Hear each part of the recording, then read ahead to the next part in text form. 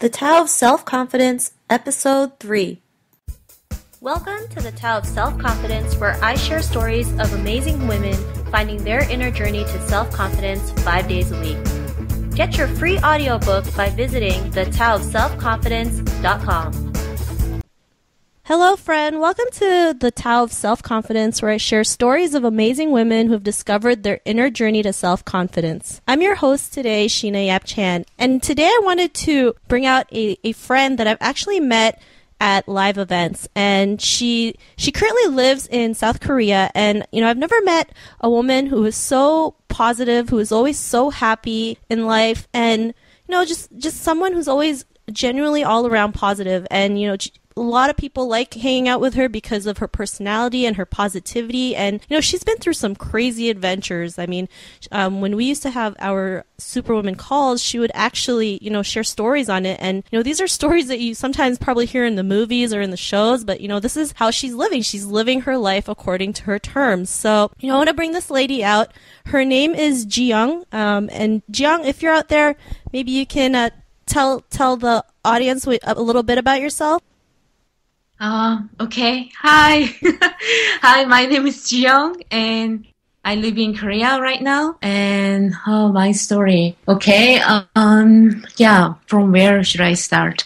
We'll get into the questions later. You can just tell them a little bit about yourself. Like, what do you currently do? Okay. Currently, I'm doing mainly two things, I can say.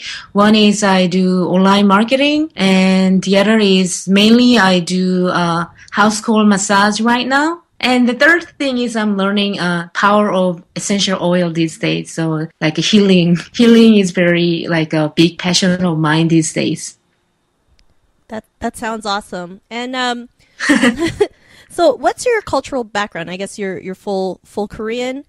Yeah, I'm full Korean, but I'm a little bit, I say I'm a typical Korean because I was influenced by one musician when I was teenager, and I found out he quit his high school time when he was passionate about playing guitar and music, and it really impacted me because I never thought I can quit school because all my our education or upbringing, we think we have to go to school and go to nice university and get a good job and marry and that kind of life. That was my thinking of how life should be. But when I heard that he quit his high school time, I realized people can quit for their passion.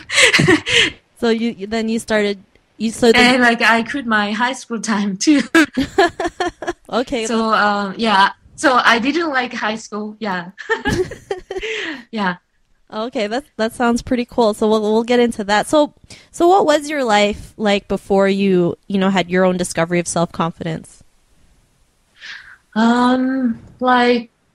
Usually I feel mainly my main life was I didn't believe in myself. So I was in a marriage that it was not true passion and that kind of marriage life for security and comfort. And also I didn't whenever I go out with my ex, I wasn't confident person. So it's some shy Asian woman next to rich husband kind of kind of life, I guess.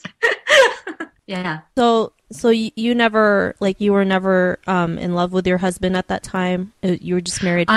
You were marrying for security. Yeah, I liked him a lot, but he and I had a different interests and values. So as time goes, that when I got into more personal development and healing and health and well-being, and I wanted to improve myself and health, and also his health and well-being, and I wanted to go that kind of route with him together, but he was not into that. So felt we were drifting apart kind of feeling, and feeling no passion, and just living routine life kind of feeling. So I'm sure a lot of women can relate to that, just being in a marriage that's not passionate and just marrying for security, right? I mean, my grandma, she she was arranged. She actually was arranged. Her marriage was arranged, and I don't think she ever got the same thing as well. And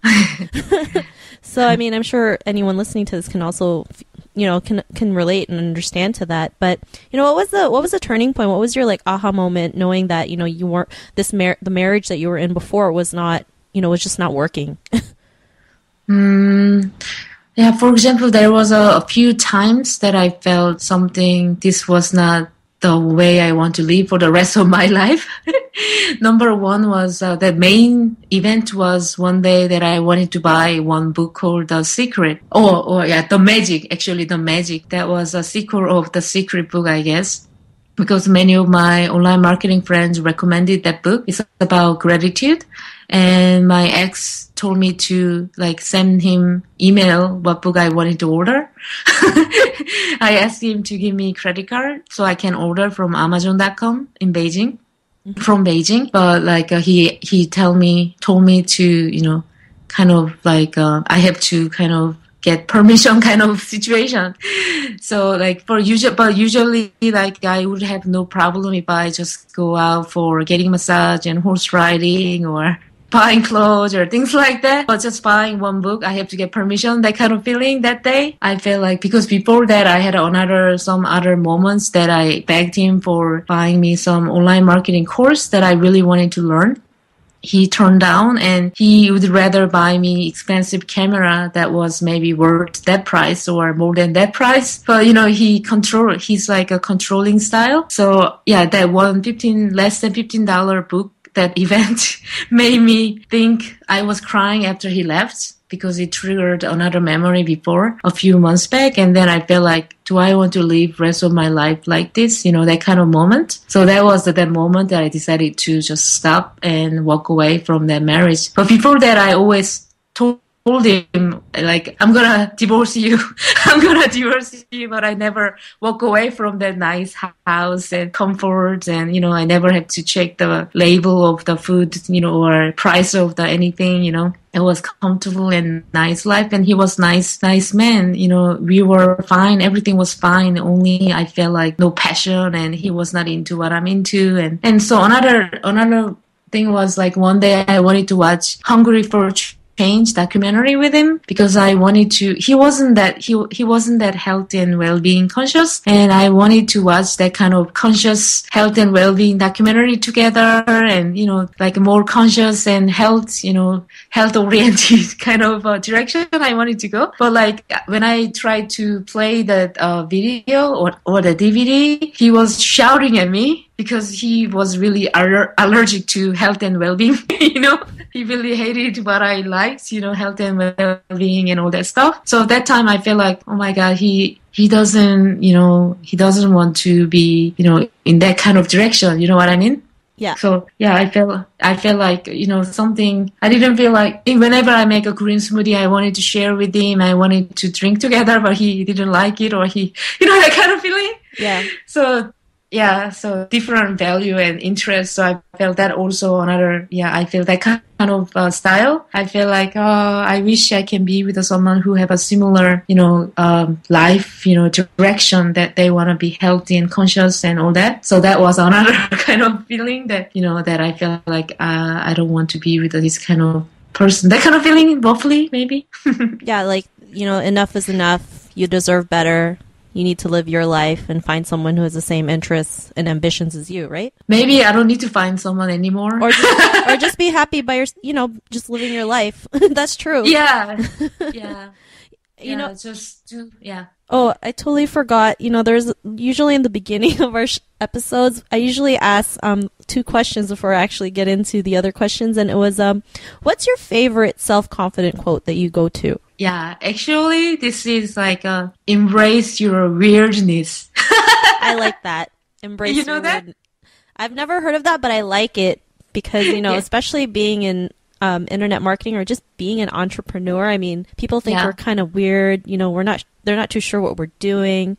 And really, we're just helping people learn how to live, live life on their own, have the freedom that they've always wanted. So I really like that. And too many people out there are just too afraid to embrace that weirdness. They think, oh, if we do it, people might laugh at them or people might make fun of them. But, if you live like that, you'll never get to live life the way you want to. So I do love... Who said that quote, by the way? Hippie Jedi! Shout out to Hippie Jedi, Justin Berengia. Oh, nice. Shout out to Justin Berengia. And if you don't know who he is, just look up Weird Entrepreneurs as a podcast. He actually has some of the most amazing things that you can learn from. And and then the other question that I missed was, Jiyoung, what's your definition of self-confidence? That one, I felt like, oh my God, what should I answer? That kind of feeling.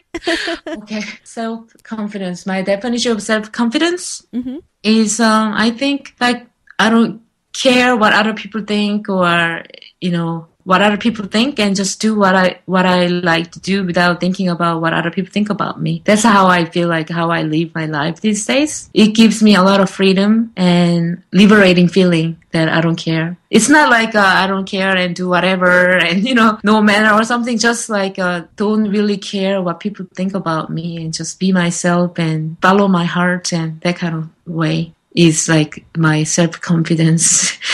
How, what was the question? Your definition? Yeah, my definition. Like, don't care about what other people think about me. I think that's a great definition of self-confidence. Okay. And so, now that you and your husband aren't together anymore, well, he's your ex-husband now. Like, what's your life? What's your life like now? I mean, I'm sure. Like, what do you do now? I mean, do you get to travel more? Like, how's your life right now? Can I be honest? Of course, we love honesty. My life is like having amazing sex. Meeting amazing people freely, and I travel, and I don't have to compromise for going to places and conferences and have to come back at certain time period or only twice a year or that kind of promise, So total freedom. I have a total freedom with meeting amazing people and having amazing sex life. I love that. Too few women, most women are afraid to say that, but I'm glad you have courage and the self-confidence to say that. Because it's part of nature. I mean, it's a part of us. We're women, So I'm glad you said that. Okay. And I'm glad you had the self-confidence to say that. Yeah. I know I've heard some of your stories of your trips, and I think there was one time you mentioned how you only had like $30 to your name and you were able to stretch out like a 90-day trip to the U.S. Yes. I mean, if you ever connect with Jiyoung and if you ever see her in person or maybe you see her on Facebook, just, talk to her about her trip. I mean, she started out with $30 in her pocket and it turned out to be a 90-day like road trip all across the United States.